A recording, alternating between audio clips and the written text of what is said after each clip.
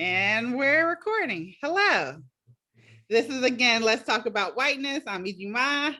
I'm here with Kate. And I think we're ready to go. Yeah.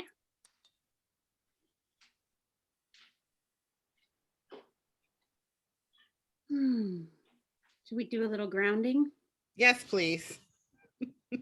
All right, why don't we start with a little breathing? Only do what you consent to and what feels good for your body. So if the thing that will make you feel most grounded is ignoring whatever I say, then please do that. I'll just do the 5, 4, 3, 2, 1 grounding that's been helping me get in my body recently. So for whatever senses feel good to use for you and are functioning for you today, feel free to use them. You can look around the space that you're in, maybe notice if there's something that's very near to you and what is the furthest away point that you can see. If you're in a space with a window, you can see how far away you can see. And then just let your eyes rest on 5 different things in your space. Are there 5 different things that you can see?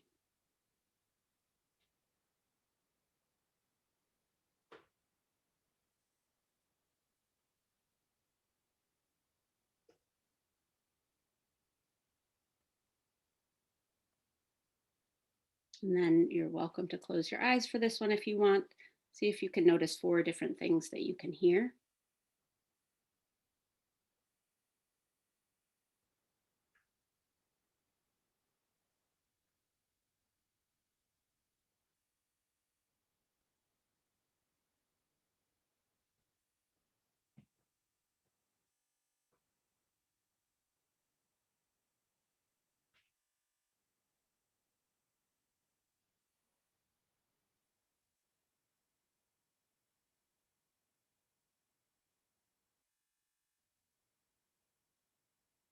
And then using your body, 3 different things that you can touch. Notice some different textures.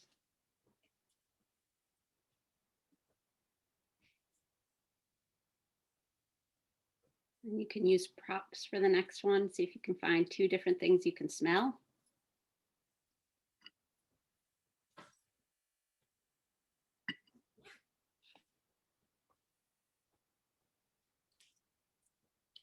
And then one thing you can taste. It might be just the flavor of coffee left over in your mouth. Could be something you can sip on.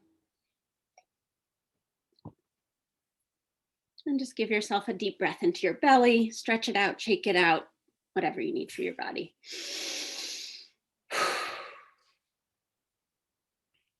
Just reflecting on how there's ableism built into that grounding activity, that I find it powerful because it helps me connect with my body, feeling safe when I notice what's around me and that it's not a threat, but that also it calls on senses that we can't all use. So just to name that, but grateful to be with you all, with your bodies and spirits and minds, wherever they're at.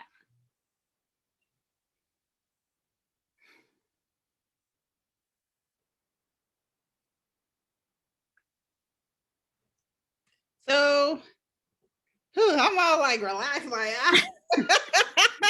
workshop over. So in the chat, or if you want to, we don't have a lot of people, so if you want to unmute yourself, you can answer, why are you here?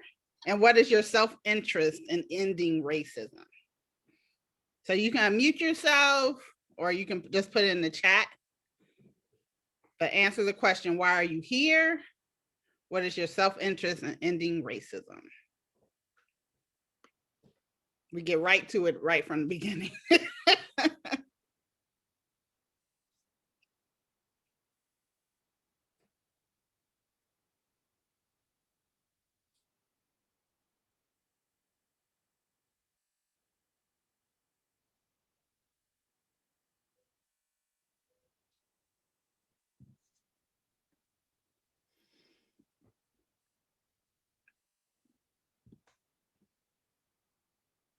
Okay, do you have a response? Sure. Welcome, Stephanie. We just did a little grounding, so do whatever you need to do to get grounded. And then we're talking about the question on the slide. I'm here because we're facilitating this together. But in a larger sense, the reason why I would be having a conversation about whiteness on a weekend is because I was an early childhood educator. And when I was doing that, I really noticed, or at first I didn't notice, and then it was brought to my attention by colleagues of color, how much I wasn't noticing my own racial identity. And I didn't have any skill to talk about being white, let alone whiteness as something larger than me and something that I was a part of, with or without my consent. And then thinking about the ways that I was consenting to it, that I was born into this construct of race that benefited me as a white person, but that I was also saying yes to that in either it through action or inaction, and really wanting to disrupt that for young people, and to not have other white kids grow up in the same way that I did, being shushed about racism, or kind of growing up with a sense of pity towards kids of color, thinking of racism as something that hurt people of color, but not something that I had any power or responsibility to manage. So I'm really here because I believe that early childhood educators have a big power to shift that. And also because I need the constant conversation to not fall back into those same habits and patterns that I grew up with, of just, for me, like deeply avoidance, of just wanting to avoid talking about race, or if I'm going to talk about race, finding a tricky way to avoid talking about myself or being vulnerable or talking about being white. So that's what brings me here. And my self-interest in ending racism is what I said, that I want young white kids to grow up without all of that silencing that for me is a lot of unlearning as a grown-up. And also because of just the like lost genius and connection and community that racism creates for everybody. That if we can be actively anti-racist, even imperfectly right now, I think like I genuinely can feel in my body that I and my community would thrive much more than we're able to do right now. What about someone else? What brought you here? Go ahead, Denise. So I'm starting an MS-ED program in the fall at Bank Street. So I will be an early childhood educator, but I work as a nanny right now. And working in people's homes, there's kind of like this intimacy. It's a very like unique position to be in. So I'm thinking about not only how to educate children to be anti-racist, and I do work with, I guess, like mostly white children, and kind of educating them to be anti-racist, but then also how am I communicating this to the parents? And I have found communicating with parents about this to be a little tricky because it's difficult to bring up without implying that the parents are doing something wrong, that the parents themselves are racist. But there's been a few specific interactions and experiences I've had that I have questions about. So I'm hoping that this will kind of equip me to deal with them a little better. And then also as I continue my education and, change careers to working in group settings as a professional. Thank you so much for doing this and for being here. Thank you.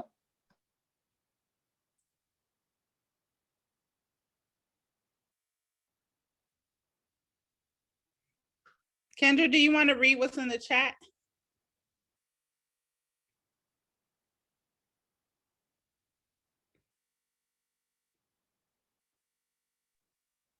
I can. Okay. Oh, sorry. I thought I was unmuted and then I muted myself. Oh my God, yes. I'm here to strengthen my capacity to focus on whiteness.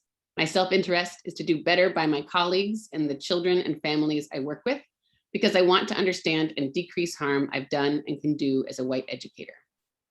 And Sarah M says, as a white settler, I need to decolonize myself. I need to learn, unlearn, and relearn. I'm also an educator and a mama bear. I want better communities for our children and unborn children, and I know my voice and my action is needed now. And something that really hit me recently is what Dakota Bear said. I must have truth before reconciliation. I need to connect with the truths of my whiteness.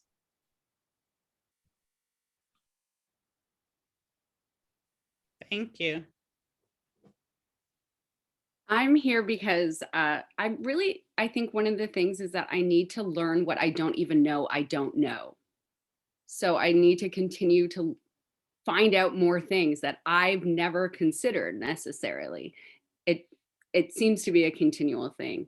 And then the self-interest. So I'm a preschool teacher, and then I also write a blog about early education, and I speak to preschool teachers as well. And I don't speak about anti-racism, but I need to know how I can make what I do include that, and make sure that I'm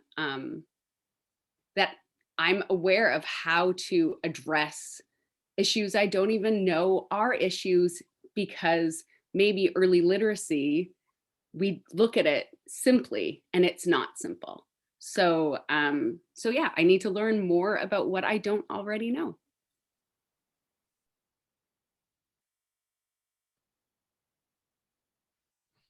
Thank you. I can go next.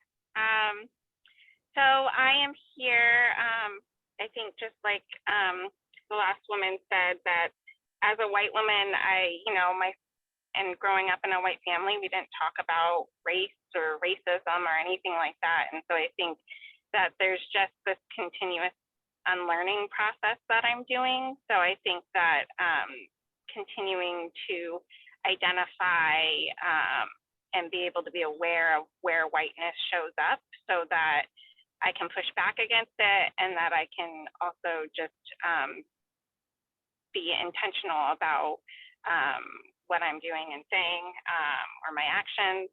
I am a coach and a trainer within Maryland. And so I have a couple different roles in supporting early childhood educators and supporting young children. And so I think it's really important as a trainer that I'm very well aware of where whiteness shows up within early childhood education. And then supporting others in learning about that too. But I also have opportunities to make impact on systems within Maryland as I partner and work with like the State Department of Education and different agencies. And so those are places where I would also like to be able to speak up and identify where, because we know that whiteness exists within curriculums, assessments, standards, all of that kind of stuff. And so I think that I would like to be able to continue to recognize where that pops up within systems within the state as well. So taking this is really helpful for me to continue to be aware of these kind of things and how to notice them and address them when they pop up.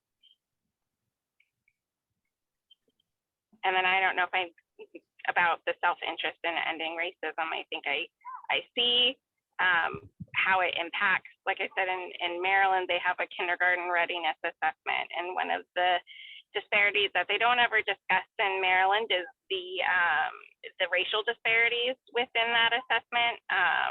There's like at least a 20% gap between African-American children and white children, and over 30% gap in Hispanic and Latino children to white children. But it's never addressed and never talked about. And I think that we're seeing the harm that it does to Black and Hispanic and Latino and even Asian children. And so I think that I have, just as my heart is in early childhood education, I have a drive to end racism within that, so that all children can find joy and happiness in everything that they do. I also personally, I am married to a Black man and have 2 Black boys, and I have a very strong interest in ending racism for my children, and so that my husband can come home safe each night, and that my boys will come home safe and not have to ever, feel the impact of it. I recognize that that's a really big task that I can't take on my own, but I recognize I also have a role in that. So those are some of my more personal self-interest in ending racism.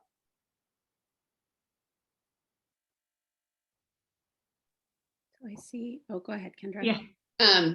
Thank you, Stephanie. And then Genevieve says, I am here to continue uncovering my racist practices so that I can change my ways. my self-interest is to figure out my place being a white teacher, teaching Black, Indigenous, and children of color. So part of that self-interest question, if anyone wants to add to it, is how do we deepen into an understanding of being white people, and I guess undo that that saviorism of like my identity as a white person is about being helpful to people of color, but to also identify how does anti-racism benefit me personally as a white person? How can it change my life? How can it change my prospects? And that feels really counterintuitive for lots of reasons, because Black, Indigenous, people of color are the people who are harmed by the system of racism directly, and because it's so violent and visible and obvious. But that also part of undoing racism for me, or trying to, is being able to shift from how am I doing anti-racism on behalf of, or like, you know, being the voice for the voiceless, shifting from that model to a model of how do I find my own investment in this as a white person? How am I also doing this on my behalf with my voice? And I struggle with that, but I'm also curious if that leads to any reflections, because I think the piece of, if we're doing this for people of color, that's still not locating what is my self-interest as a white person. Does anyone have anything to add on that around where does this benefit you to end racism?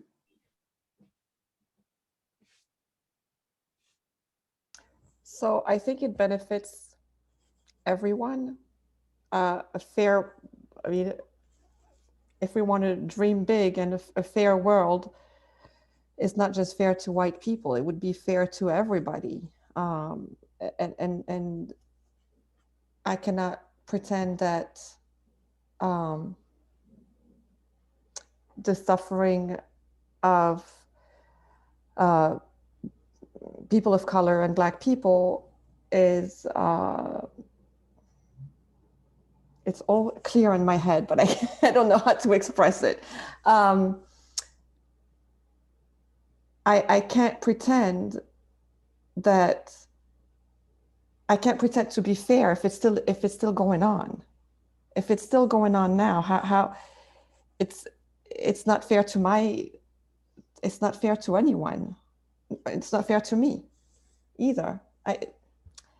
I'll formulate that better and then I'll come back. Yeah, we've got some time to reflect on that as we spend time together. I think Denise has her hand up, and then. Oh yeah, I just I'm thinking about like the parallels. So I'm thinking about racism, and I'm thinking about like misogyny, and I'm thinking about how misogyny and like the patriarchy, it hurts everybody. Like obviously it benefits men, right? Like the patriarchy benefits men, they're like in positions of power, but it also hurts men because anytime you like categorize people, you know, you're putting expectations on them. So, you know, like men are like, you know, they can't really show emotion in the same way that is socially acceptable for women to show emotion. You know, it might be looked down upon if they choose to like stay home and be more family oriented. And you know, I'm talking about, I guess, like straight cis men in this, but like, you know, how like they're like stereotypes that hurt men and women within the patriarchy. And I'm really struggling to like find examples of how racism hurts white people that are similar. I feel like I've only ever benefited from being white my entire life. I feel like, you know, the personal motivation for wanting to do this kind of work is just that it feels good, you know. But I can't think of any way that I can't think of any way that I've been harmed by racism as a white person in the same way that I can think of ways that men are harmed by the patriarchy. I don't know if that makes sense, but just like hearing you describe like the self-interest, you know, I started comparing those two and like thinking of the parallels.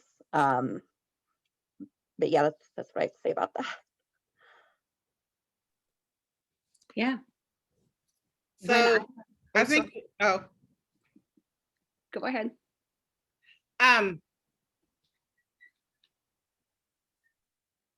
like I'm just thinking about where people are and what their thinking is, and it's not out of the ordinary, these thoughts and where people are. And I'm appreciating people taking on the challenge of like thinking about that self-interest and the ways that not only if you hold white privilege, how you privilege and how you gain from it, but also how you might be harmed. And you don't have to answer, you know, we're just at the beginning, so you don't have to have the answer right now, but it will be if you're in that place, then it might be helpful to continue to answer that as we go through and share more information. Allison, you can go ahead. Hi, Dave. I was just going to say that I think when I think of self-interest, the thing that first comes to mind is just that I hate hurting people. I am an early childhood educator because I love helping people. And through the anti-racist work that I've done so far, I think the way that racism hurts me the most is realizing how much I've hurt people unintentionally. But so I think my self-interest in ending racism is to not feel like that. I mean, that's self-interest right there. I don't want to hurt people because I feel terrible when I hurt people. So really, that's the thing that floats up to the top right now. One of the things that has been present for me this week and other times too is like that racism and whiteness have me in grooves and patterns that I do stuff that I'm like, oh, that is not actually, you know, then afterwards I'm like, that's not how I wanted to be. That wasn't okay. And those grooves were worn by racism and patterns of whiteness. And I'm mad about like that impact on me.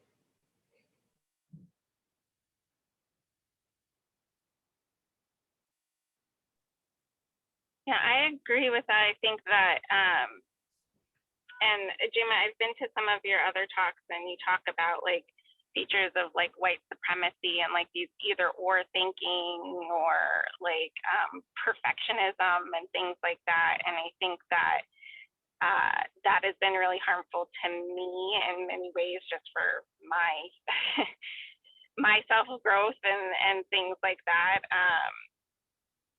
And so I think about some of those aspects being harmful, but I also think about like racism and white supremacy also like don't just impact race, it impacts views on disability, it impacts views on religion, it impacts views on many things. And I think for white people who identify with a different religion or identify as a person with disability, that whiteness and white supremacy can still be really harmful, like those values can still be really harmful for us. But I think some of the biggest impacts are some of those traits of perfectionism and either or thinking that continues to kind of harm me in how I go about the world.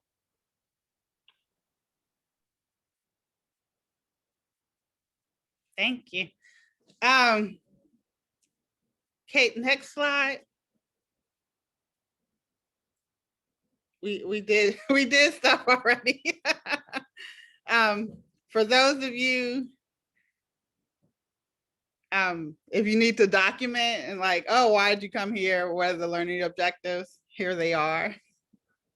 You can take a picture. So deepen your understanding about race and racism. I don't have it memorized. Identity, some common behavior patterns of educators that gets in the way of anti-racist efforts in the classroom, organization, and community. Practice strategy for processing the feelings that emerge along the journey of anti-racist identity development, and commit to a concrete action to disrupt racism in your life and work. So I think like in our first 15 minutes, we've been at 1 and 3 already. So I think we're having a good start. And here's roughly what we're going to try and do today. We did our grounding. We're getting to know each other a little bit. We'll do some community agreements and shared definitions. We want to directly connect this with early childhood. And then we'll do some practice, thinking about how racism has impacted us in our lives. And then looking at a children's book to do some analysis about how does racism in overt and subtle ways play out in literature, and what can we be doing to interrupt it. And we'll close with some commitments. Any questions about what we're doing or why we're here? I think we went pretty deep into why we're here. I think we're pretty clear. I'm clear.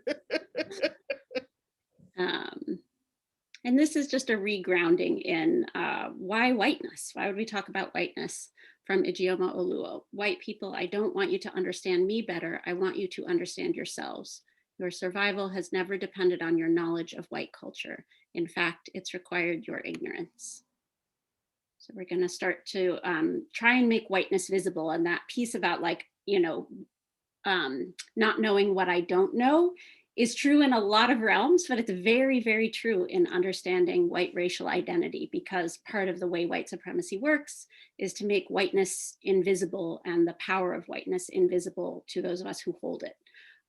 It's strategic, it's built in, it's very, very effective. And so that not knowing, and then for me, I will name also like avoiding knowing, for many years of having people offering me the information and just thinking, I'm not sure that's for me, choosing not to see, choosing not to witness or hear over and over again is how this stays alive.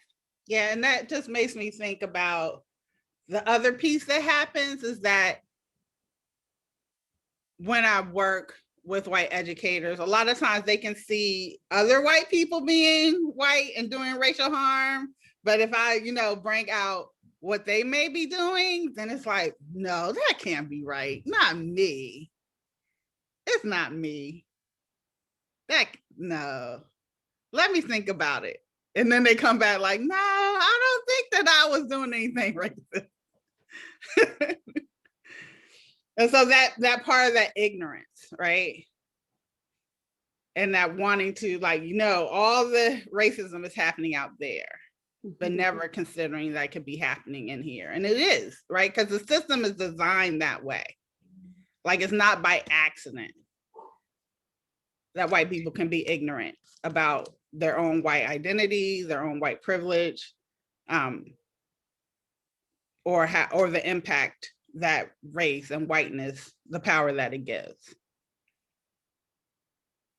Yeah, as you're saying that, I'm also just thinking about how, like, the more information I get about racism and anti-racism and being white, the closer my analysis of racism gets to me. So it started out when I was a kid, like, oh, racism is in the South, racism is over there in the overt white supremacists. And then I got a little more education. I was like, oh my gosh, racism is in the institutions that I'm in with my white boss. That's where racism is.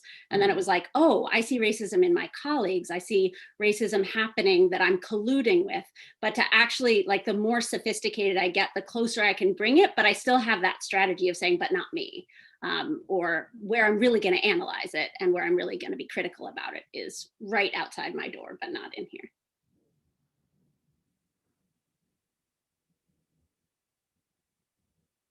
I love this chart. And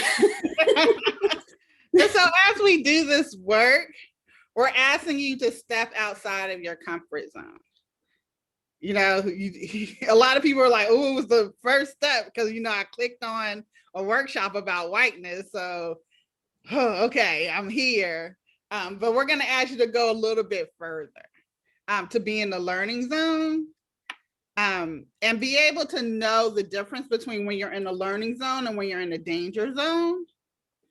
That we create a space and we've organized this time for it not to be comfortable, but no one is in danger. I'm not coming to anybody's house and to do anything to them, right? No one's going to be berated. No one's going to get kicked out unless something happens. But it rarely does. But where we're going to live and where we're going to work together is in the learning zone. And that's going to probably feel uncomfortable for some people. I'm going to be fine. Kate probably will be fine, right? Because of all the practice. But there might be some things, some ideas that you feel uncomfortable, but remembering that we're going to be in the learning zone. Like, oh, well, maybe there's something for me to learn here. Yeah, and I'll be fine, but I'll be honest, my heart rate has already gone up a couple times. Just, I think I'm used to feeling those reactions in my body, but they haven't gone away. That it's still, my body is still like, no, you're not supposed to talk about this. So I still feel that familiar discomfort of having this conversation out in the open about race and racism. And like, there's no need to sink into the guilt and shame and blame piece. And so the other place you want to hold is that when those feelings come up, not to start to berate yourself. Mm-hmm. That like, oh, I'm learning. Like that, let that be your self-talk. Mm-hmm. Oh, I'm uncomfortable and I'm learning. Yeah, that self-talk thing is so valuable that I learned a lot of that from talking to kids and realizing, like, I can have this gentleness for my own learning and expectations that I will continue to grow and learn. Yes. I think about the second or third time Kate and I have done this workshop or done this separately, we realized that we're just going to be upfront and transparent about some foundational understandings. And so these are basically the things I'm not going to argue about, and Kate's not going to argue about. That racism is real. Racism is happening in our schools, in our family child care, in our daily interactions, in our families. Everywhere you look, it's happening. Young children are not too young to experience, notice, or talk about racism. I'm going to say that again. Young children are not too young to experience, notice, or talk about racism.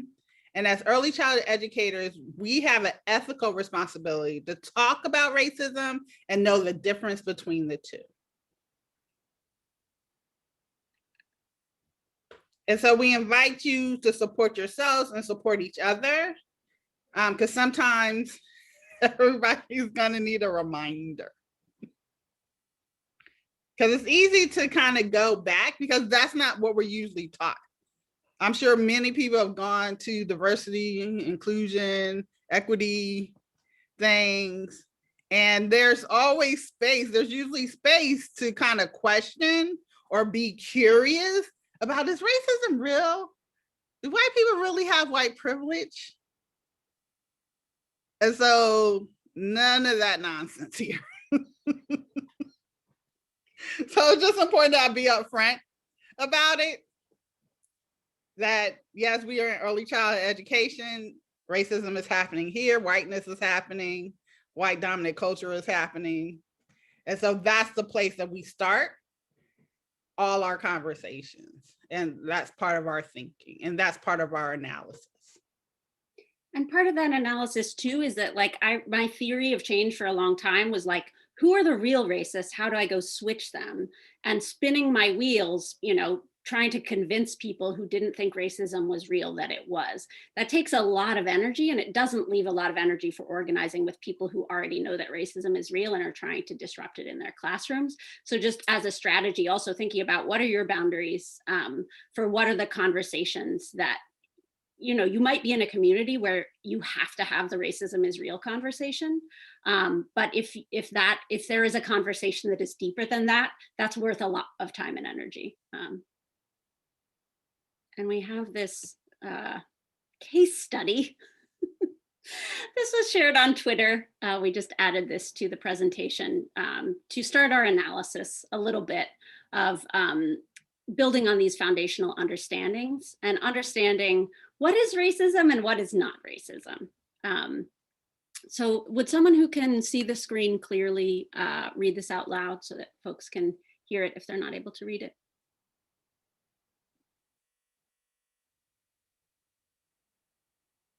Go ahead, Denise, thank you. Sure. Michael clocks out for lunch on his post on the Upper East Side of Manhattan and sits down to eat in the employee lounge. Another security professional, Cindy, is just finishing up her lunch and notices that Michael has a small sandwich and a bag of apple slices. She exclaims, "What kind of Italian are you? That is the smallest sandwich I've ever seen. Throw some meat on that bread or bust out some pasta and gravy, you big paisan. You're going to be starved by the end of your shift."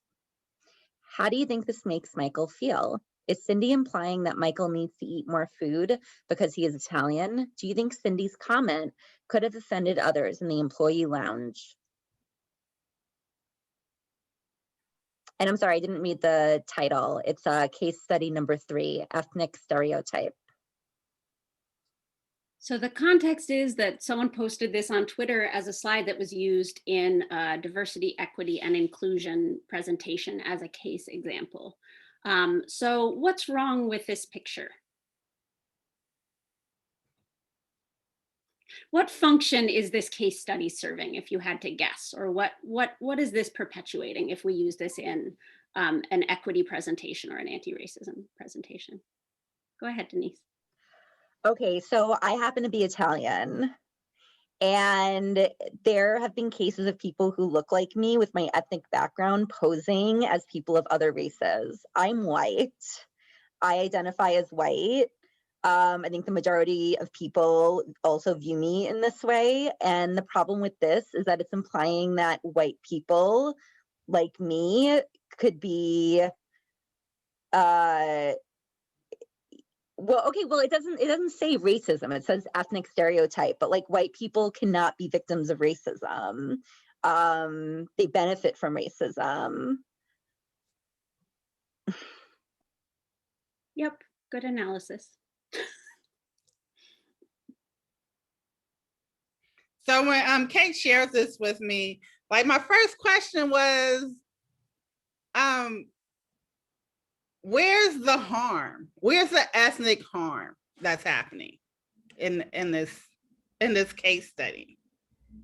Because if it's a case study about ethnic stereotype, then this should be an example of harm.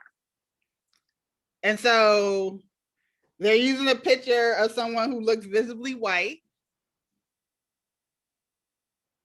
that it's assumed that they're Italian.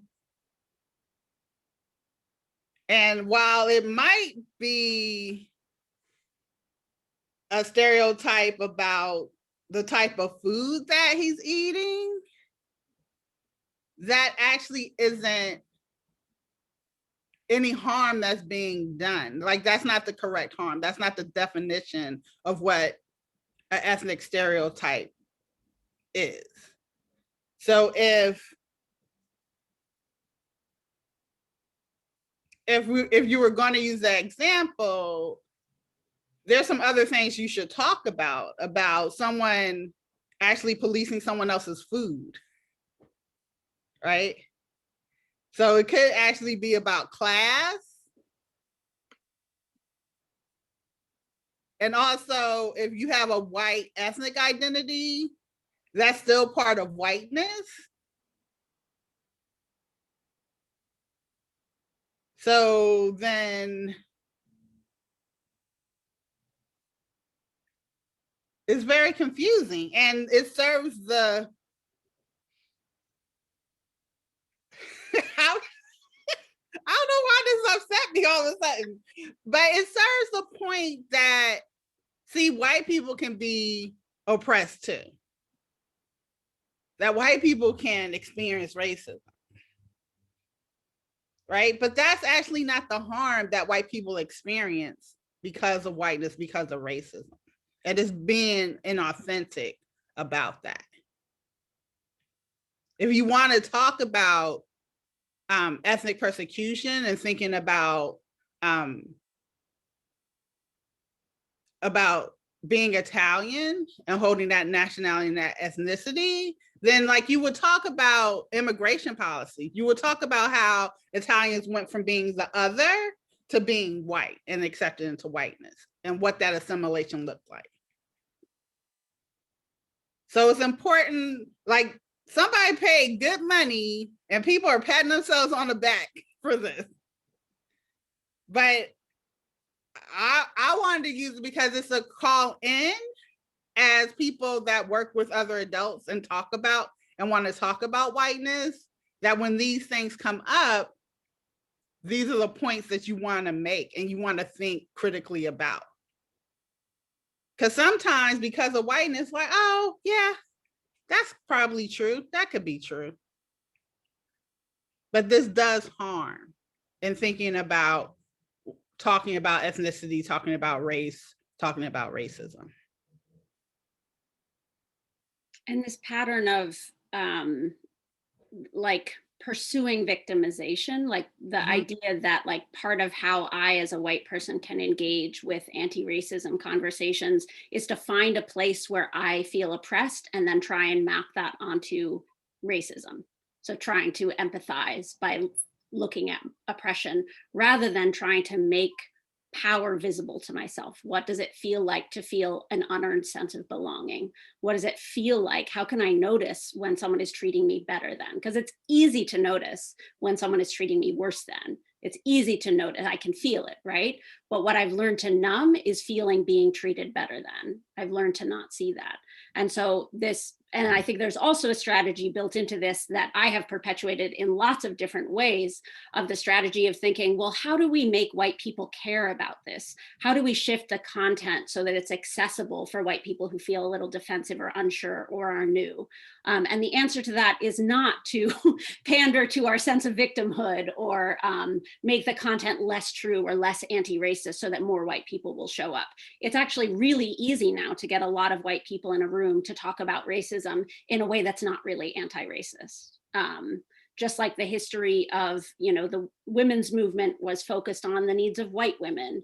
The history of queer justice movements have often been focused on, or the visible parts of them have been really focused on white people and white families. And so how do we think about how the anti-racism movement is being appropriated by white people at this moment?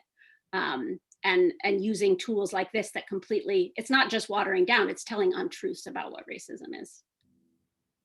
And how can this happen? I mean, this has parallels directly in children's books of how do we, talk about how everyone's different and it's wonderful and any kind of stereotyping is bad and any kind of prejudice is bad and any ethnic or racial prejudice is bad without looking at how power plays out.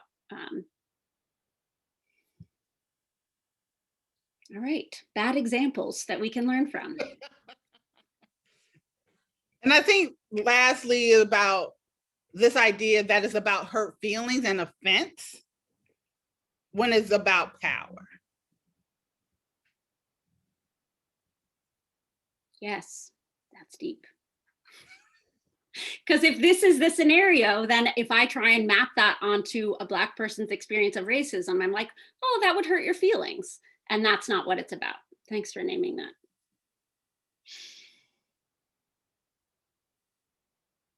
So we have some beautiful community agreements. Do you want to go to the third slide? Sure. It's just going to take a second. Please hold. They're beautifully designed to unfurl. Yes. All right, just going to give it all. Yes. So if you have done any work with me in the past, if you've done any work with Kate in the past, you're familiar with these community agreements. And so the list of 9 that we try to hold ourselves and each other accountable, and thinking about humility, risk-taking, community, growing edge, accountable for impact, restorative justice, both and, speaking from the I, expect and accept a lack of closure. Kendra, are you there? Yes, ma'am. Can we move into some small groups? Yep. Maybe 3 or 4 people in a group. And when you go into your small group, I want you to talk about, not just me, Kate and I, name one of the community agreements that you feel like you have a good idea and a good understanding around, and then one that you want more information about. And how long are you thinking? Just 5 minutes. Okay. So when we come back and we'll do a short report back. So you want to offer one community agreement that you have a good understanding about, and then one that you want more information about. Kate, do you want to actually show the slide again so people can either write it down or take a picture with their phone they have, if they're not on their phone already? I just added it to the chat also. Okay. It's very pretty. You said 5 minutes, yeah? Yeah. Okay, see you soon.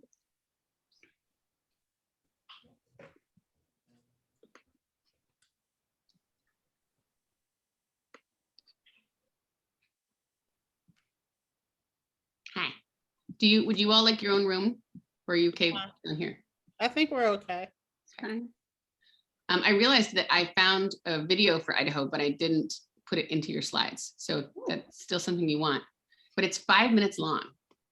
But it's the only one that wasn't like from the Freedom Foundation. Like it was the most, it shows early childhood educators, like, and it shows some of the guys talking, the representatives talking, but I meant to get back to you about that before. So if you want a video, I have one. Okay. Should I pause the recording? Oh Yes. yeah, go for it. And that in your long 5 minutes, did the groups pick who was going to talk? So I guess you know who you are. Kendra, who's in group 1? Okay, group 1 is David, Sarah Felsner, and Stephanie Cooper. So 1, 2, 3, not it. Wait, no, Growing Edge, I'm it. Because one of the things that we talked about was the overlap or connection between Growing Edge and risk-taking, and how those relate. And then another thing that came up that we wanted to learn more about was either or, and also restorative justice. So, good half the list. Thank you, Sarah. Who's group 2? Thank you, group 1. We've got Sarah McCarthy, Genevieve, Denise, and Allison. And they did not decide. They said in the chat. So, oh, did Genevieve raise her hand? 1, 2, 3, not it. It's not me. All right, I'll go ahead. Some things that we were comfortable with was community, speaking from the I, and the things that we were not so clear about was, I think, restorative justice was one that came up, and how it looks, what it looks like with young children. And I think someone mentioned Growing Edge also. Thank you. Thank you, group 2. Group 3. Only 2 groups. There was only 2 groups? So Oh, technically, you and me and Kate were group 3, I guess. okay. Kate, did you have one? When I was listening to you all, I think the relationship between community and speak from the I was speaking to me of like looking at that right-hand list that we'll get to about how do we tell our own stories in a way that doesn't promote individualism. I just started wondering about that as people were sharing back and what that feels like. I think the one I still struggle with a lot is expect and accept a lack of closure, in the sense of feeling like I definitely want to leave feeling empowered, strong, confident, clear, and I often leave conversations about race and racism feeling unsure and curious and sometimes emotional or raw.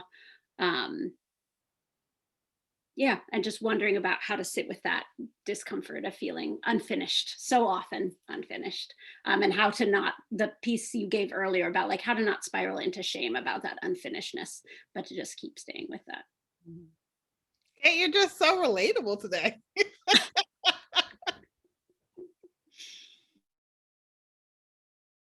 Should we want to talk about either or thinking? Yeah. So it's both and in the community agreements, and either or thinking, for me, I think about like all of the false binaries that I've grown up with. Good and evil is one, male and female is a false binary, the illusion that there are two options for a lot of things, and that's kind of a European rooted way of organizing the world in a way that people talk about all the time. Like, it's not that simple, it's not black and white. But that actually deeply for me, pushing back against that is really challenging. That there is, and I think this is where it comes back to culture, that there is a comfort and familiarity in the idea of good and evil. And around race and racism, that one's really powerful for me. You know, like I said earlier, there's the sort of like the beginning of that process for me was just sort of like, you know, overt racists are evil and everyone else is good. And then this shifting towards a little closer to me and my identity of thinking, oh, well, you know, I am also capable of harm. And so that means I'm partly good and partly evil. And still trying to, even as I'm trying to complicate that idea of I am a harm doer, I have caused harm, I continue to cause harm as a white person, that I'm still unconsciously trying to fit that into this good evil construct, and like, what are all the steps that I can take to get myself all the way on the good side all the time, as opposed to this both and of I am a lovable, wonderful, whole person, I care about myself, I value myself, and I cause harm, and I continue to cause harm as a white person, and I am racist. And that both of those things are going to continue to be true for the rest of my life. And that part of the binary for me is that when I think about myself as evil, when I think of my racism as a manifestation of evil, then I spiral into shame. Then I think, oh, I'm a bad person. Or then I think, oh, I am probably disposable. I am unnecessary to this movement. I'm not good enough for this. I shouldn't speak up because I don't have the skill. And so the consequence of me getting stuck in that good evil thinking is that I don't take action, that I don't believe in myself to grow because I don't see myself as whole when I cause harm. So the both and for me is being able to, is actually like building up my self-love and self-care.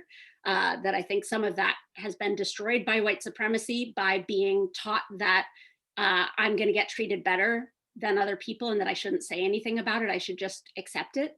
That accepting that place in the hierarchy allows me to stay in that place of inaction because I think, oh, I'm bad. I'm a bad person and I'm not capable of goodness. Yeah, but I'm struggling with that one all the time. Being able to hold both. Do you have pieces you want to add?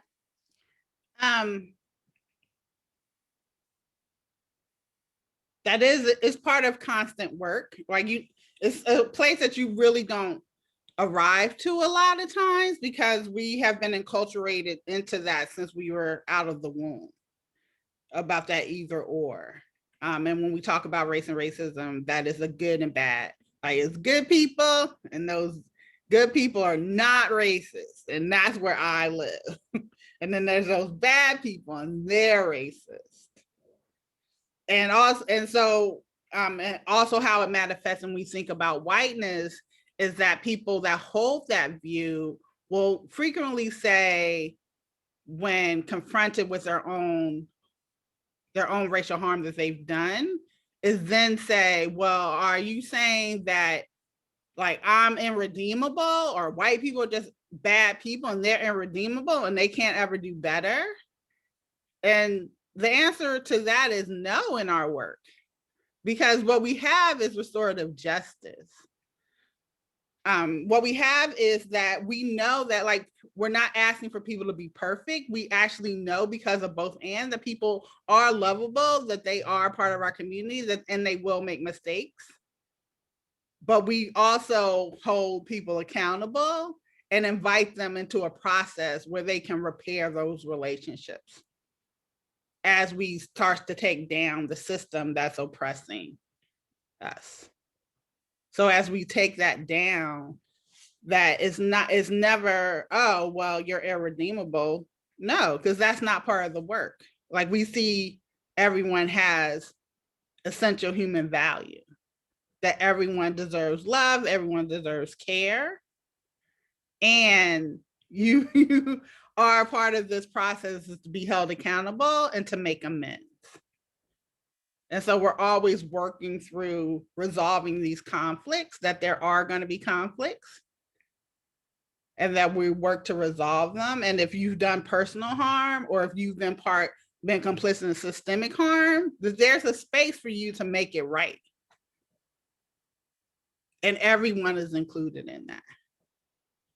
And so we're not going to get distracted by white shame and blame and try to punish, because that's not what it is. That's not part of our work. And that's as a community agreement, like we agree to hold each other accountable and also provide opportunities to make amends, to make things right.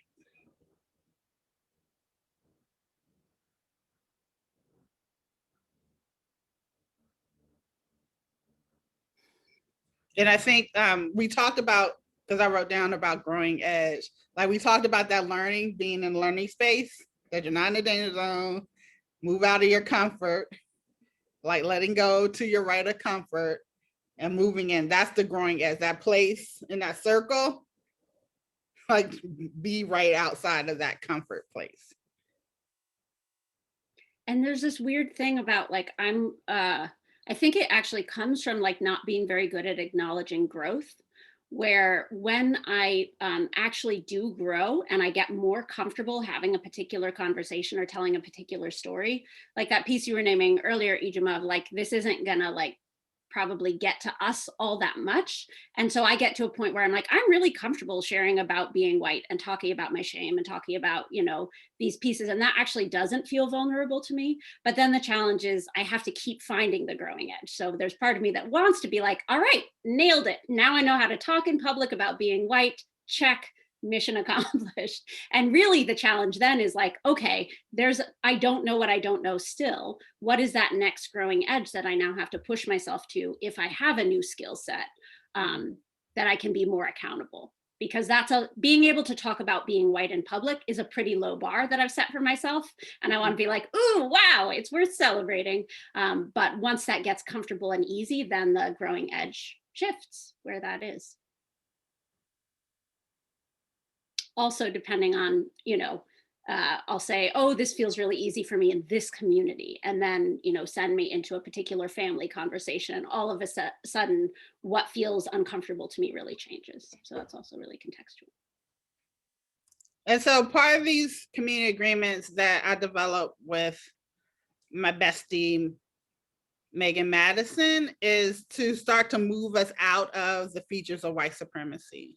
So thinking about so we're moving out of white superiority, perfectionism, individualism, power hoarding, right to comfort, fear of conflict, focus on intention, disposability, either or thinking, universalizing, objectivity, culture of urgency, and focus on the product. So we're always moving our work to let go of these features of white supremacy culture, because that's where people are most comfortable. That's the default. That's how our system is set up. And so we're actively moving against that in our work. And you might also notice that some of these agreements that are in direct resistance to white supremacy culture are also aspects that are really highlighted in early childhood, or are practices that we actually have in early childhood that educators in other settings often don't have the freedom and flexibility to implement. And so many early childhood programs have a circle as part of the curriculum, as part of the expectation, in a way that is often disappears in educating older children. So it's not automatic, but I think we can draw on the practices that we have in early childhood and notice where do we already have practices that are disrupting white supremacy culture.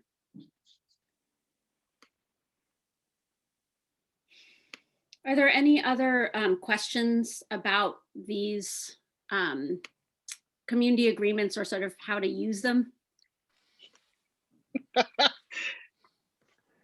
It makes more sense to me now that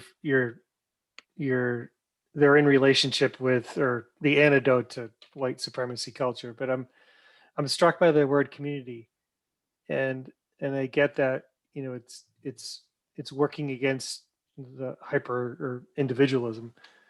But I know for me, in my whiteness, the community is a really almost foreign term, and it's something I seek. But I'm curious how you all define community that you're creating here. I mean, in some ways, I think you just defined it. Is like, how do we, like, for those of us who are white and grew up with a sense of community, I mean, for me, community is complicated because a lot of the ways that I learned about how to be in the world were about me as an individual, and were founded in perfectionism, competition, and also that for me, there's like when we talk about white supremacy culture, it's not about extracting white culture from white people. Like there are aspects of my identity that are built into a specific culture and family and community, individualism being one of them, that are not inherently evil. It's not evil to be individualistic. What's harmful is individualism reinforced by white people in a system that says this is the best and only way to be. And so finding ways, I don't know that I have an answer. Maybe you have an answer, Ijumaa, but I think the answer for me is the question is, what does community look like for me? How do I build it? Where have I felt it? Because I know it when I feel it.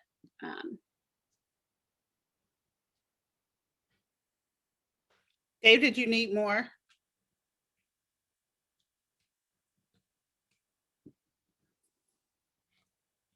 Good. All right.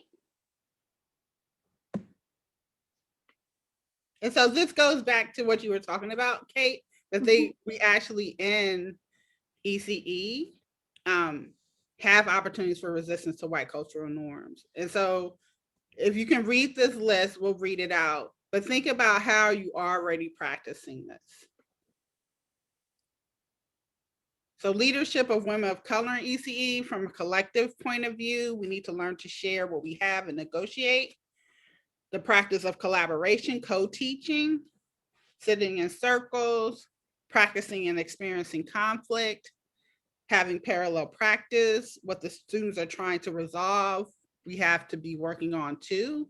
If we expect emotional risk taking from children, we expect them to build trust, we have to do the same with each other. So and valuing and practicing nonverbal communication, being pushed to the limit, tested and challenged, having to deal with my own strong feelings. There is an opportunity to resist power hoarding, giving children genuine power.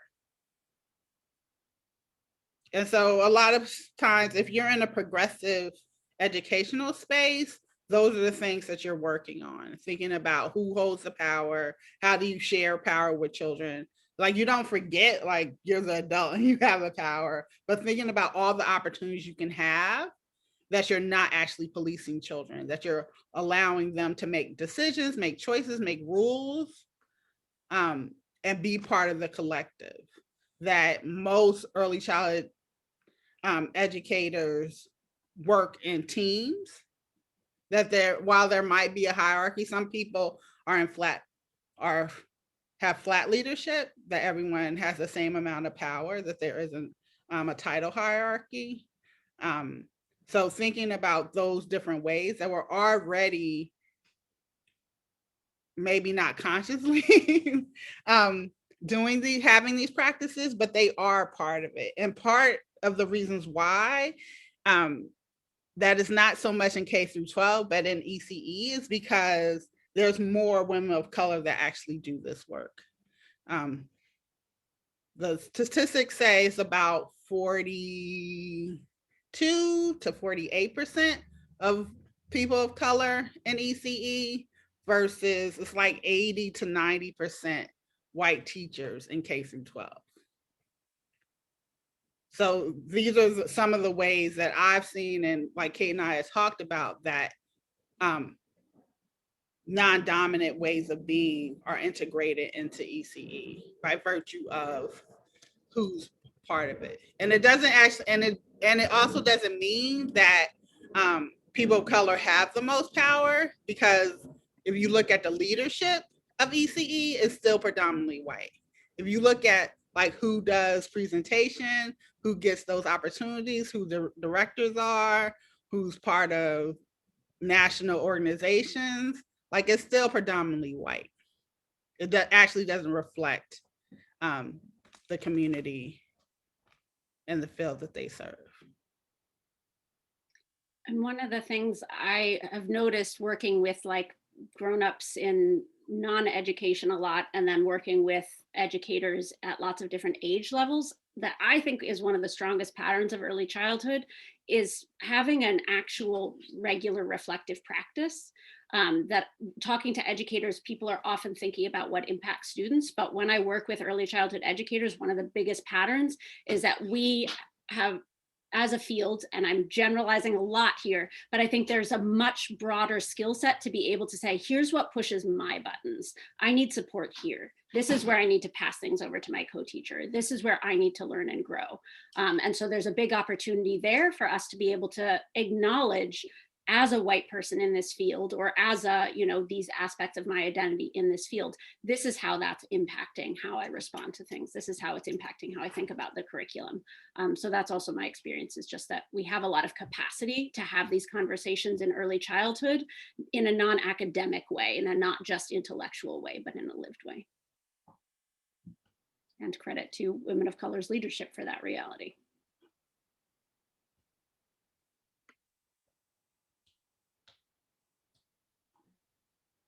And this is the grounding quote in thinking about, again, why focus on whiteness, and why talk about our own racial identities, and not about being helpers for those of us who are white.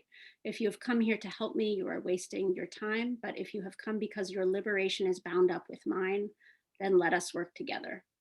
So coming back to that question of what is each of our self-interest in ending racism, and how can we locate that? Do we need a break before we move forward? Yes, please. All right. Shall we take 5 minutes? Yeah, that sounds good. All right. So we will come back at 22 after the hour-ish. We'll see you then. Come back. Please come back.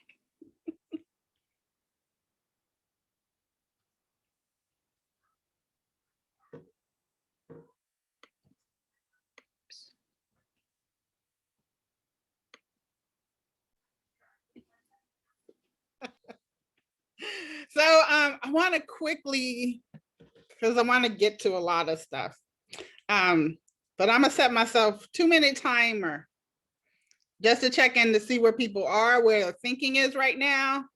So unmute yourself and share, whoever's feeling it on their heart and their mind. Where are you? What are you feeling right now? What are you thinking about?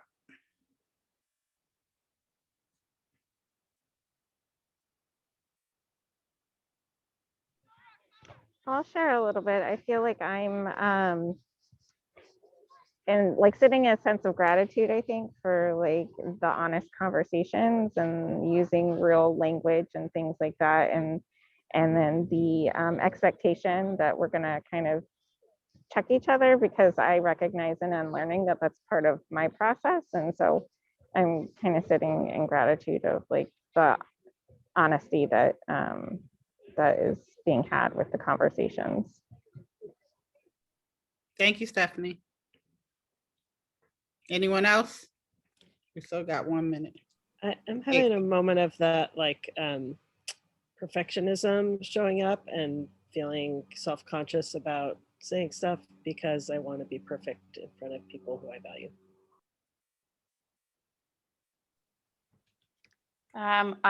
Which I do any sort of anti-racist work I do, I always feel like I know nothing. So the more I do this, I feel like there's just so much more for me to learn. So sometimes I feel like I don't know where to start or middle or end, if that makes any sense.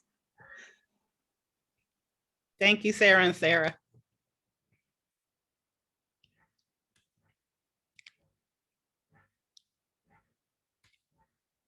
Fourteen more seconds.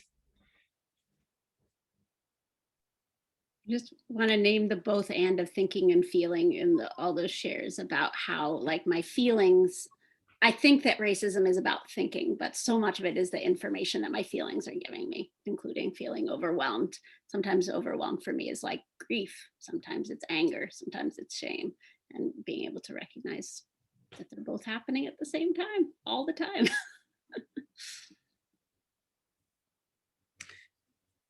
All right, Kate and I, we had our little side meeting and we were like, we're talking a lot. I know you might have come here for that, but then when I start getting the feeling like, we are talking a lot. So we're going to talk a little bit. We're going to try to rein it in. And then we're going to do a provocation with the children's book. And then use that to generate conversation and discussion. So I wanted to name anti-Blackness and give a definition for that, because as people might feel a little bit hesitant about talking about whiteness, when I start to say, well, what that has to do with anti-Blackness, people are like, oh. So I just want to be very clear about that and give some definitions, give a definition about it. And so the Council of Democratizing Education defines anti-Blackness as being two-part formation that both voids Blackness as a value while systemically marginalizing Black people and their issues.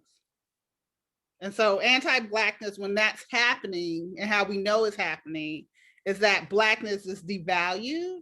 And that's usually around because we're promoting white dominant culture and white supremacy culture. So that automatically voids the value of Blackness.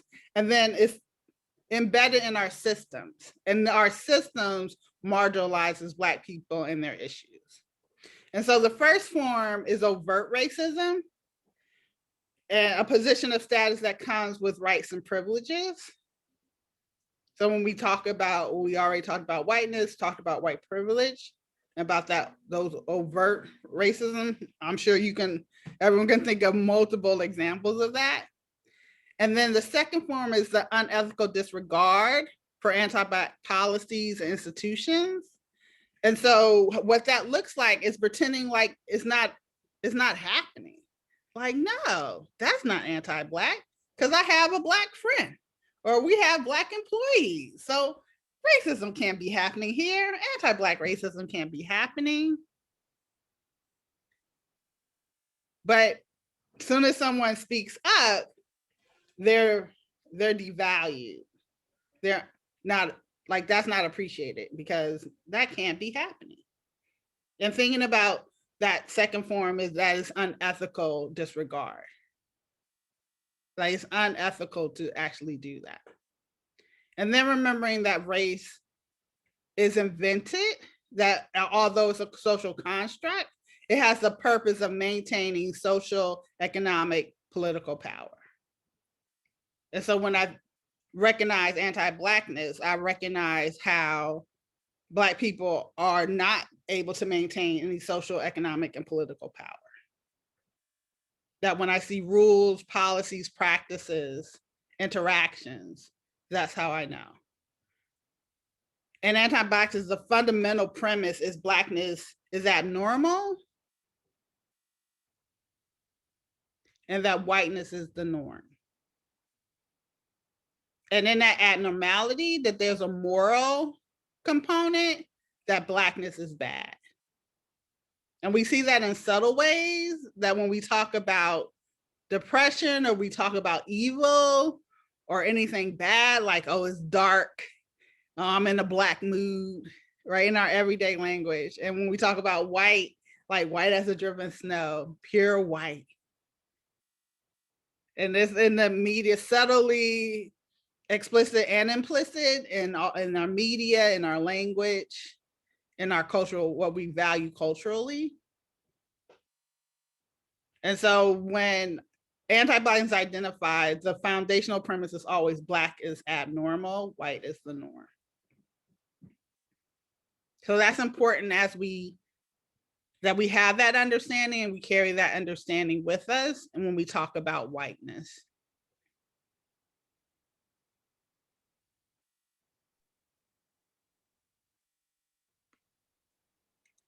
And so, Kate, do you want to talk about what is whiteness? Sure. So whiteness is lots and lots of things. And as we've talked about before, part of what's challenging about naming whiteness is that it's often intentionally obscured or made invisible in particular ways, or again, to white people, to people who hold it. So Cheryl Harris talks about whiteness as property, a position of status that comes with rights and privileges. This feels very literal right now in looking at the function of policing and thinking about even the really nuanced conversations about who does the system of policing protect? Does policing really protect me as a white person? It definitely protects me symbolically, but the ultimate goal is protecting the system. So it's protecting white property. It's protecting the system of racism that benefits white people. And it will always be at the expense of individual white people. And so there's arguments that say, well, white people are being killed by police too. Yes, so all of us should be trying to abolish the system of policing, but understanding as whiteness inherently as power. So there's no way to hold pride about white racial identity. Whiteness is all about power over. It's not about the depth of identity, and it's about maintaining that system of hoarding that creates scarcity for people of color. It's also invented by Europeans. So this is, people weren't white before Europeans invented the construct of white. And just like anti-Blackness, they're completely linked. White supremacy was invented for the purpose of maintaining social, economic, and political power for a small group of white people. And we know through history that that group has expanded over time in order to maintain that system of power for those few people who created the system. It's changed over time. So whiteness as a construct has shifted. Obviously, studying the 20th century and the construct of whiteness, we can see what that looks like, and that's live. It's happening right now, even with the census, looking at what are groups that are being offered conditional access to the benefits of whiteness, as long as they will support this system. It's socially constructed, it's not biological, it's something that's created by people, and part of its power is the mythology that it's scientific or biological. And that these categories are scientific and biological as opposed to constructed for the purposes of power. And the foundational premise of being white is whiteness as the norm. So that explains that whole sense of invisibility of whiteness. If it's the norm, we don't have to understand it, we don't have to look at it, we don't have to feel shame or guilt or implicated by the system of power that underlies it. Denise?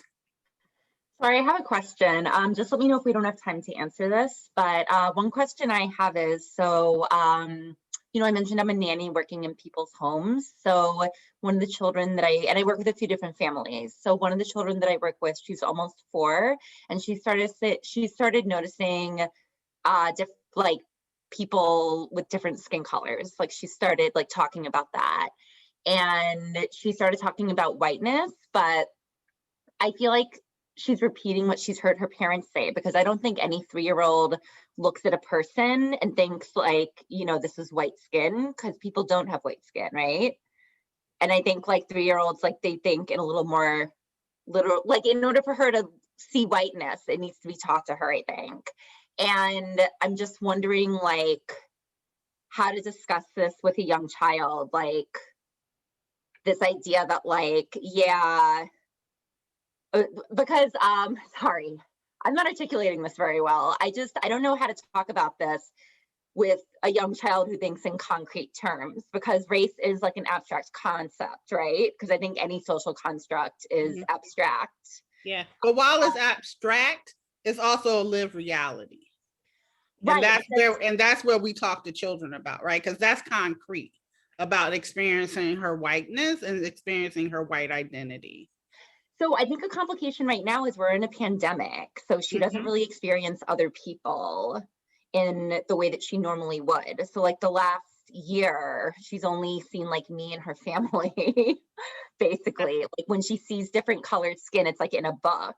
Well, and that's not only a pandemic reality. We live in an incredibly segregated country. I mean, you know, I usually live in New York City, which is also incredibly racially segregated. And so thinking about how do we still have the dual conversation of what are you noticing? What do you see? What are the physical characteristics that you're curious about? How do you name your own identity? But also have the conversation about power. And I think we can also recommend a particular new book written by our friend Megan Madison and Jessica Rowley. Yes, really beautiful book that actually just very concretely breaks down how do you talk about identity and power in the same conversation in child-friendly language. But what we would suggest, or what I will say, is like all of what is on these slides is stuff that is good to talk about with young children. It's not too big for them to understand they understand power very well because they have very little of it. And so being able to talk to them about how there's power and being able to talk to them about we use this color, you know, this is the color we use to describe these actual colors are things they will immediately understand. The biggest message they're getting is usually don't talk about this, or if you talk about it, only talk about it when you notice someone else's skin color and don't reflect on your own skin color. So if she's talking about whiteness, that's a good start.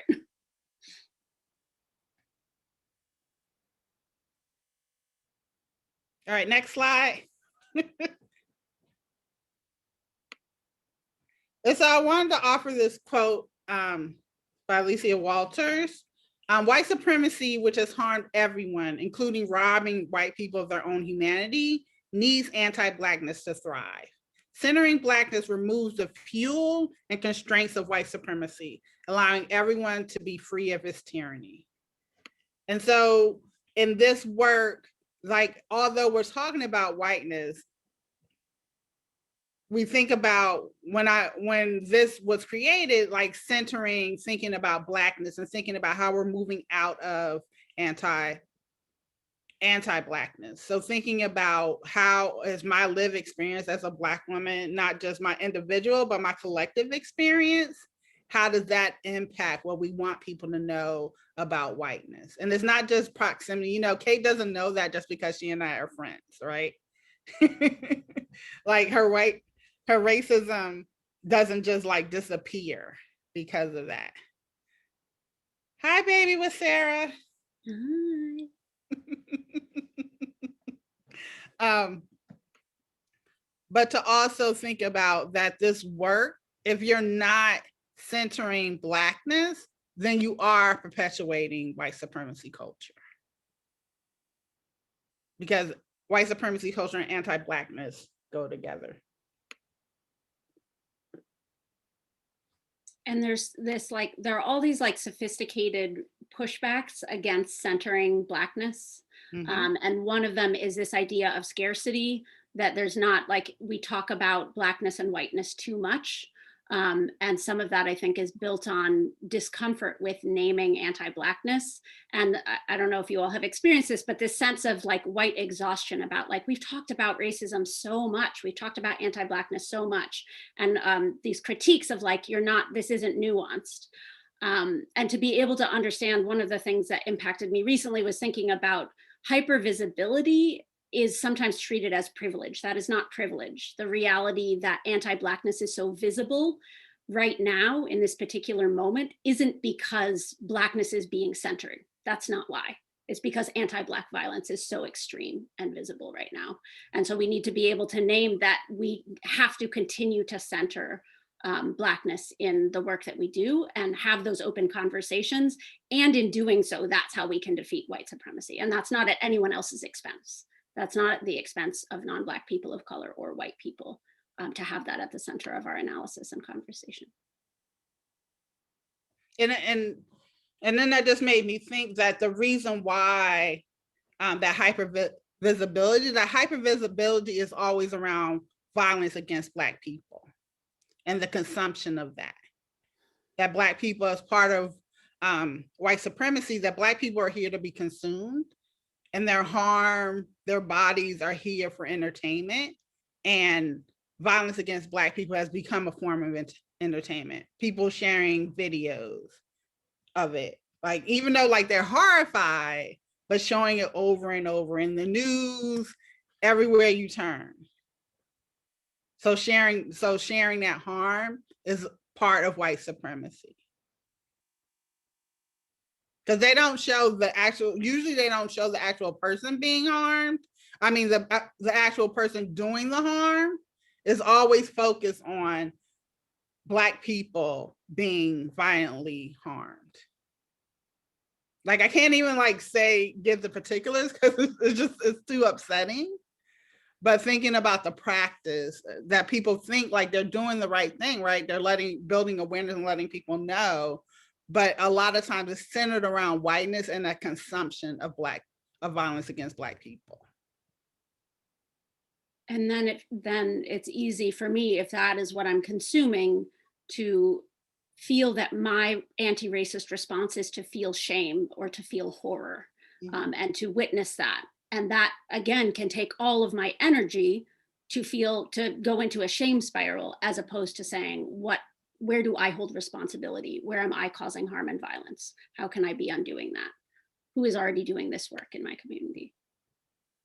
And that's where people have their exhaustion. That's their exhaustion. Oh, so much.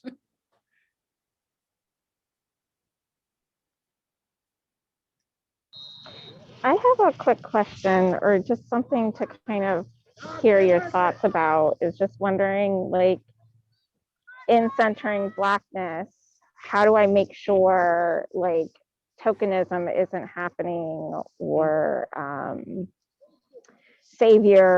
white savior things aren't happening? Like, I would be interested to kind of hear what your guys' like conversation on that is. Hold on to that. Try to get it to the end, or we'll send out in a follow-up email about that, because that's an important question and it comes up a lot. So we're just giving a really rapid fire definition of racism, so we're on the same page. Racism is a system of advantage based on race. Talking about race is not racism. Making generalizations is not racism. It's not bad, it's not racist for children to name, or for adults to name, social categories to talk about race. It's not just individual prejudice. It's definitely not people of color discriminating against white people. There's no such thing as reverse racism. And racism is also not separation. Sometimes in the sort of colorblind approach to racism, the mythology is if we just get multiracial groups of people together, then racism won't exist anymore. And so just like separation is not inherently racist, so this also means that when people of color get together without white people, that's not racist. That also shows that the solution to racism or anti-racism is not just proximity. It's not just, integration or bringing people of color and white people together, because as we see over and over again, that may benefit white people in our growth and learning, but it often does not benefit people of color. All right, ready for the book? Yeah, let's do the book. This will give us some more concrete processing. So we chose this book, It's Okay to Be Different by Todd Parr, so that we could look at what are some manifestations of racism in a book that's very well-intentioned, written by a white person, that is supposed to promote inclusion, but might also promote ideas of colorblind racism. So that mythology that if we stop seeing race, or if we talk about race as something that's about individual discrimination or meanness, that if we all just stop being mean and stop seeing race, then racism will go away. So as you're watching, we're going to watch a read aloud of it. Just see if you can notice what are the implicit messages about race in this book, and what patterns of racism do you notice in the story and in the images.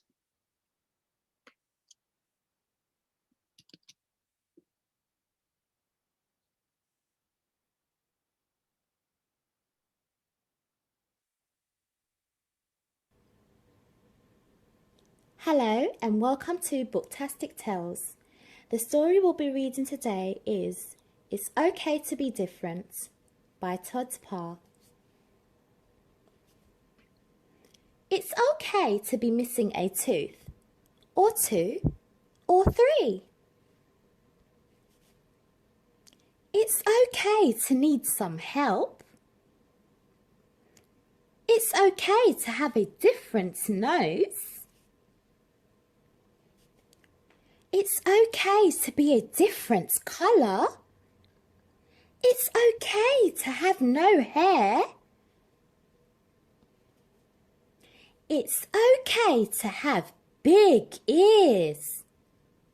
It's okay to have wheels. It's okay to be small, medium, large, extra large. It's okay to wear glasses. It's okay to talk about your feelings. It's okay to eat macaroni and cheese in the bathtub. It's okay to say no to bad things. It's okay to come from a different place. It's okay to be embarrassed. It's okay to come in last. It's okay to dance by yourself. It's okay to have a pet worm. It's okay to be proud of yourself. It's okay to have different mums. It's okay to have different dads. It's okay to be adopted. It's okay to have an invisible friend. It's okay to do something nice for someone. It's okay to lose your mittens. It's okay to get mad. It's okay to do something nice for yourself. It's okay to help a squirrel collect nuts. It's okay to have different kinds of friends. It's okay to make a wish.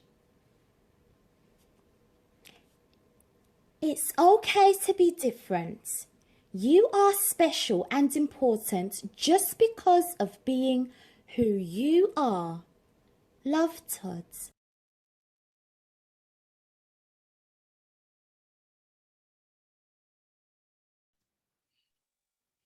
All right, so take a breath. Yes. We get to practice the both and. So both, this can be a fun and silly book. Children have definitely enjoyed it. It's one that I have had on my bookshelf as an educator. So we're not saying throw everything out. And we get to be critical about how is this reinforcing racism? How could this be reinforcing ideas that are harmful? So what did you notice? Or what did you get curious about?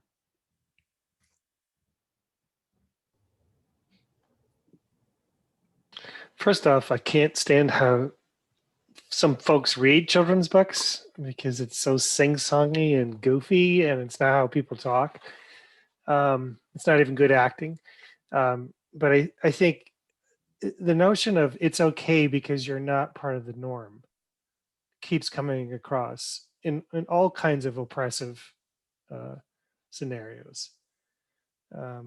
And the notion that someone's from a different place equals outer space. I caught that one. Absolutely. We definitely all have our preferences on reading style.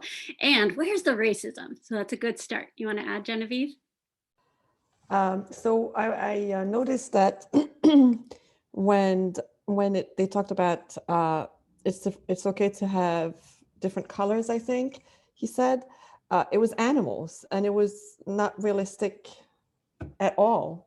So if you read to small children, I feel like they need to have concrete examples and not just cartoony things that now they have to extrapolate and think about, oh, this is like being, black and white or whatever, so I don't know, it's confusing, I think, for children. It's more fun and goofy, like you said, but I don't know if it comes across as, I'm teaching you about anti-racist, being anti-racist. Go ahead, Denise. Thank you, Guinevere. So it's equating things like eating macaroni and cheese in the bathtub with using a wheelchair and missing teeth. And there are parts of it that are also like weirdly vague, like having different moms. Like, what does it mean to have like a different mom? And the word okay itself is also kind of strange. Like, it's both vague, but also like, why wouldn't these things be okay? There just seems to be a lot of like incongruity. That's not a word. You know what I mean? They're like, yeah, they're, sorry, what is the word I'm looking for? I don't know how to pronounce that. Incongruities? Is that it? Incongruity. Yeah, sure, in the book. That's what it was very strange. It was a very strange experience, especially listening to it with this lens.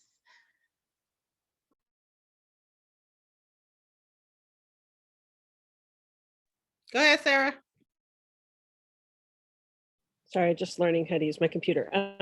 I heard echoes of that slide you showed at the beginning about ethnic stereotype of, maybe in an effort to, and I think this is what, was it Stephanie or Denise was saying, in an effort to sort of build empathy for other experiences, you try to, align with like eating macaroni or losing a tooth, but that equates things that are not the same. And then there's also an echo of, in that anti-Blackness, that idea, the okay rang to me as like, there's normal, and then we're gonna, those who are normal with power are going to label okay these other things.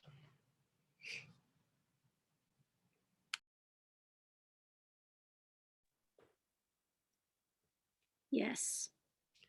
I think, Kate, did you want to show the pages that we pulled out? Mm-hmm.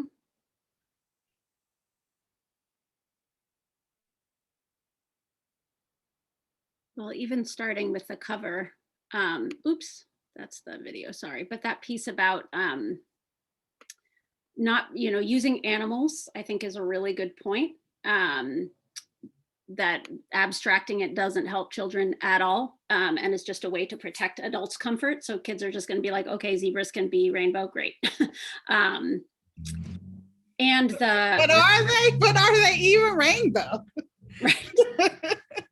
Right. Because that's a question that children have had. Like, is that real? There's really rainbow zebras? Like, oh, actually, it's not. And there are multiple representations of the sort of, I don't care if you're black, white, or green in this book, that sort of philosophy. So there are people with purple skin, but there are also people with peach or white skin. So some of the it's kind of like The Simpsons. Some of the representations are literal, and then some of them are abstracted to indicate otherness. Mm-hmm. So again, that idea of the whole construct of this book that you all named is that there's normal, and we're not going to talk about what normal is. And that normal is white. Yes. I'm going to say it. Yes. Like the normal, the thing that you're different from is white. Mm-hmm. And being able-bodied, mm-hmm. being thin. And that flattening of that, there's none of it is about power. So when we say like, oh, you like macaroni and cheese, oh, you use a wheelchair, that completely takes power out of it. And it's all about individual acceptance. And then implicitly in the book, the acceptance by white institutions is the good result. So if white institutions say, you're welcome here, it's okay, you can be who you are, we won't hurt you for it, don't be too much for yourself. It's sending a really strong message, I think, about different from what? Different from whom, and what is the unnamed norm in this?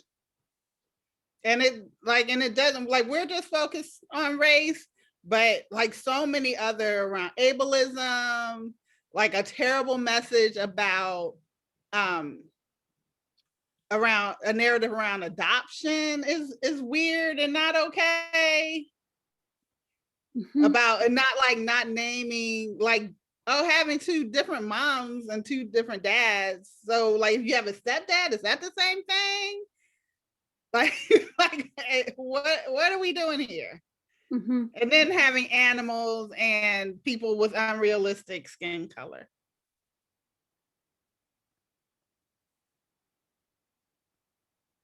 And thinking about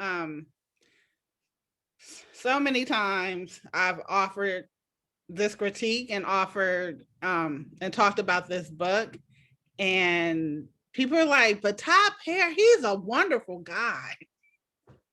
I'm like, I'm sure he is, but this isn't about him. Like, this isn't a personal attack on him, right? Because what we know is that this idea about adult comfort, this idea about white institution and publishing is incredibly white and holds white dominant norms.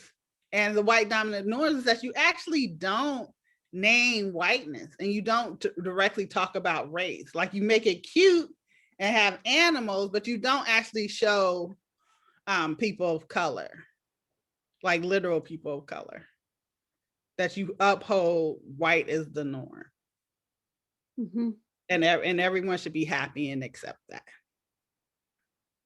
And it feels like the options, like when I was trying to do an anti-racist curriculum as a fairly unprepared white teacher, I started with just like, all right, I'm going to teach the hard truth about racism. And then I had, you know, a Black parent come to me and be like, this is really damaging for our child. You are teaching about really scary things without giving her any sense of power and how to respond to this.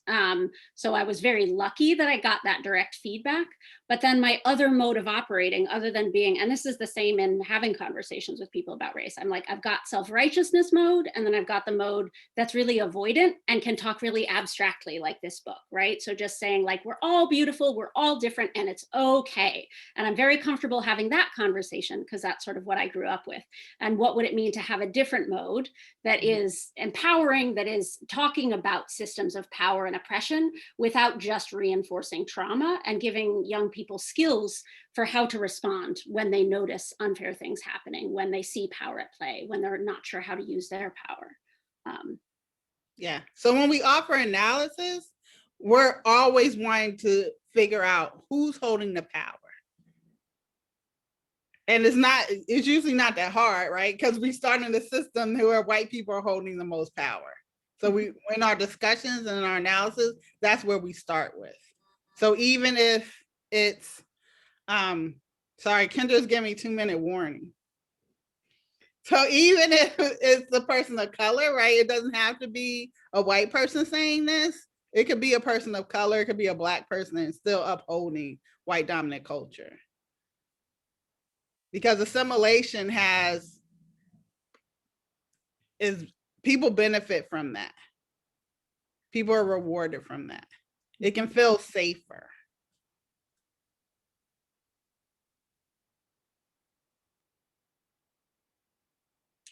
If we have a second, I just wanted to offer these before we close, because we had talked earlier about locating how does racism impact white people, or how for each of us do we find our self-interest in ending racism. So this is just some of the costs of racism for white people, thinking about how this is impacting us, but also in our work with young people, or in the places where we have the power to impact how young people are learning, how are we perpetuating these, the harms against Black, Indigenous people of color, and also these really unhealthy ways of being. I can speak for myself that racism is not good for my mental health as a white person. Being treated as better than and pushing down feelings that I know I've done things wrong and that I've witnessed harm are not healthy and good for me. And there are lots of benefits and joys to unlearning racism. Thinking about our knowledge of self and others in the world, reducing defensiveness, understanding our purpose, authenticity, self-efficacy, confidence, competence. Spiritual integrity is a really big one for me. So how can I make that my goal of like, what would it look like to live in my integrity in a world that gives me power and gives me opportunities to exploit that power over and over again? How do I practice living in my integrity as a person and an early childhood educator? So we want to end with people just sharing what their commitment is. It doesn't have to be a big, going to the Department of Ed or going back, like thinking about something that's like something you could do in this coming week. Like by Friday, what could you do to impact racism in your own sphere of influence?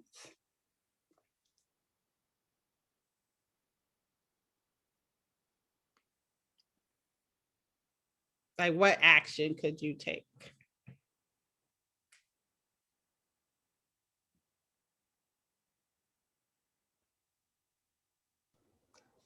I could go. Mhm. I started already doing this, but I'm really committed to look at the literature that I have in my classroom and really, like we did with this Todd Parr book, and really see and analyze them and get rid of some and get new ones that are more appropriate. Thank you. Who's next? Go ahead, Allison. Sorry.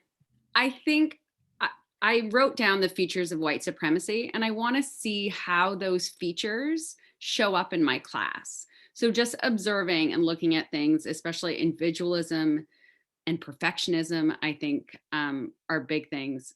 And then, yeah, just really looking at all of those and just making observations and noticing them in my classroom. Thank you. Maybe one more. You can also put it in the chat. I didn't say that before, but you can put it in the chat. If you just want us to have a record of it. So we can take one more person. I'm muting. And if you have any other questions, also put those in the chat that we didn't get to.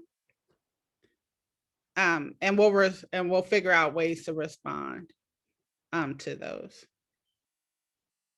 So do we have one more person?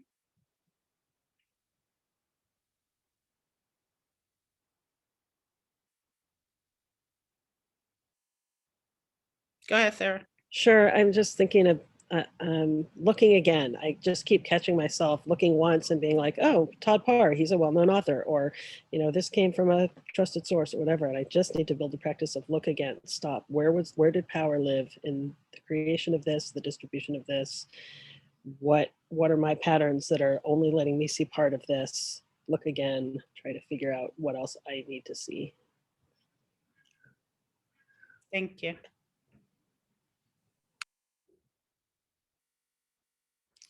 So I'm thinking that like, oh, 2 hours, that's enough time. But thank you for coming out on a Saturday and spending this time with us. And having so many great thoughts and ideas and being vulnerable, right? And sharing and being honest. I really appreciate that. That made a difference to the time we spent together. And I'm glad to see faces I know and new faces that I haven't seen before. And speaking for myself, I'm very deeply appreciative that we had this time. And it's given me lots to think about and what to share. And I'm just excited that we had this learning time.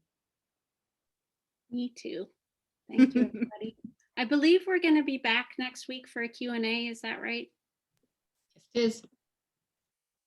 So if you all have lingering questions this week, we'll be back this same time next Saturday for just an hour of follow-up. So bring your questions.